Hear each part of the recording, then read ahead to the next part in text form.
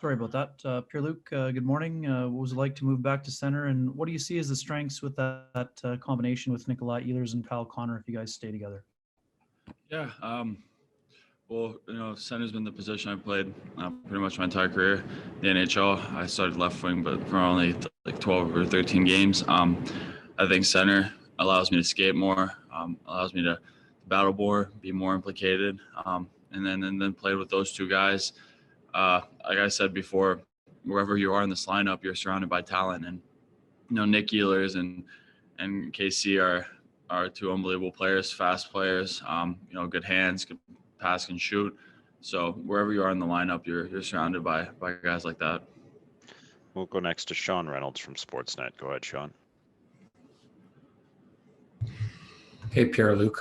Paul had said something yesterday in the post game about you and he having a conversation about you feeling or like the readiness of where you were in your ability to step back into that center position. Can you give us an idea of what that conversation was like and how you were gauging how you felt and why you felt good enough to make that move back?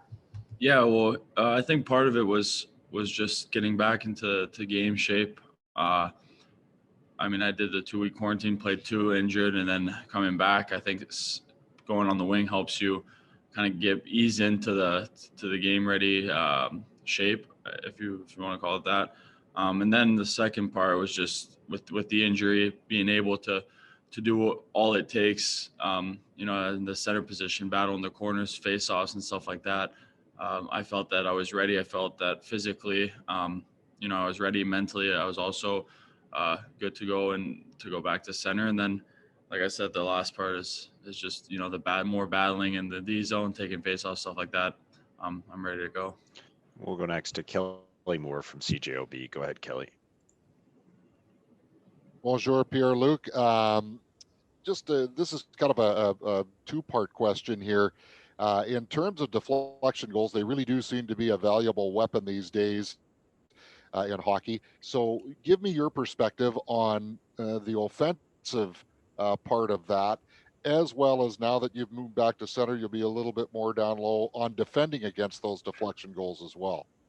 Yeah, well, like you said, it can be a very valuable tool to your offensive game. I think of teams that are going to deflect. I think of San Jose, guys like Burns and Carlson, and before when Pavelski was there, and now him in Dallas.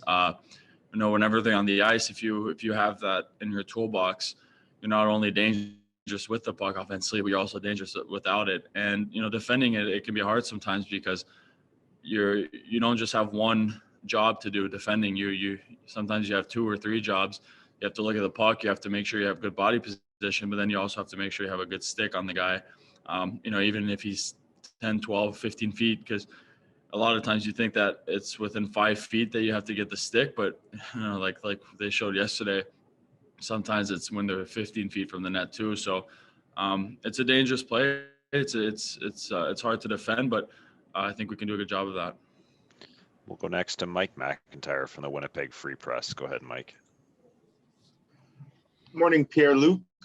Morning.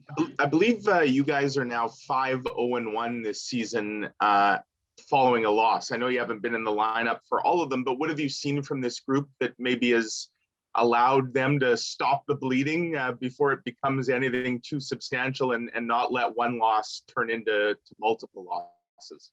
Yeah, well, we talk about, you can't lose 2. This division's very tight. Every team can win. You can't lose 2 games. And, like I said, I haven't been here the whole season, but watching these guys, watching us play and playing on this team, we've gone down, 0-2 in games before, and that doesn't stop us from coming back. I think we show a lot of resiliency. We show a lot of determination. And I think that's a key part for any team that wants to make a long run in the playoffs and eventually win the Stanley Cup. We'll go next to Paul Friesen from the Winnipeg Sun. Go ahead, Paul.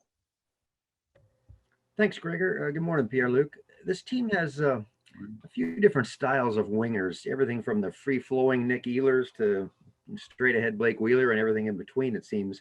Have you found in your limited experience in the NHL that there's a style of winger you best mesh with, or have you found that there's one style you probably don't mesh with?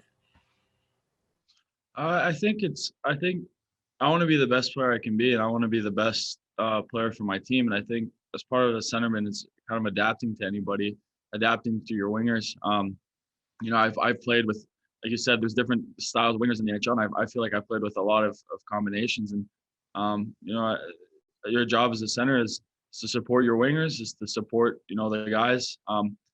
If you have a guy like Nick who's speedy and just sometimes, like you said, more free flowing, then you adapt to that. And maybe you have to skate more and stuff like that. And if you're with a guy like Wheels who close support and nice little plays and nice passes, close passing, then you got to slow it down and play closer to him. But I mean, like I've said before, there's so much talent in this lineup that I think it's just about finding that or adapting to the style of the winger you have and just going from there.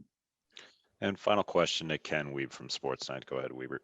Pierre Luc, what do the Canucks do well in the first two periods to limit your offense, and how does your group get back to playing that more of a direct game that Paul Maurice mentioned after last night? I think they protected the middle of the ice well.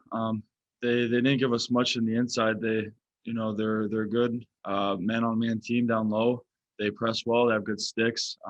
Big defensemen. So I think they did a good job of limiting us to the middle of the ice, trying to cut plays. But we know what we have to do. We know we can be better at, and it's for us to just be better next game.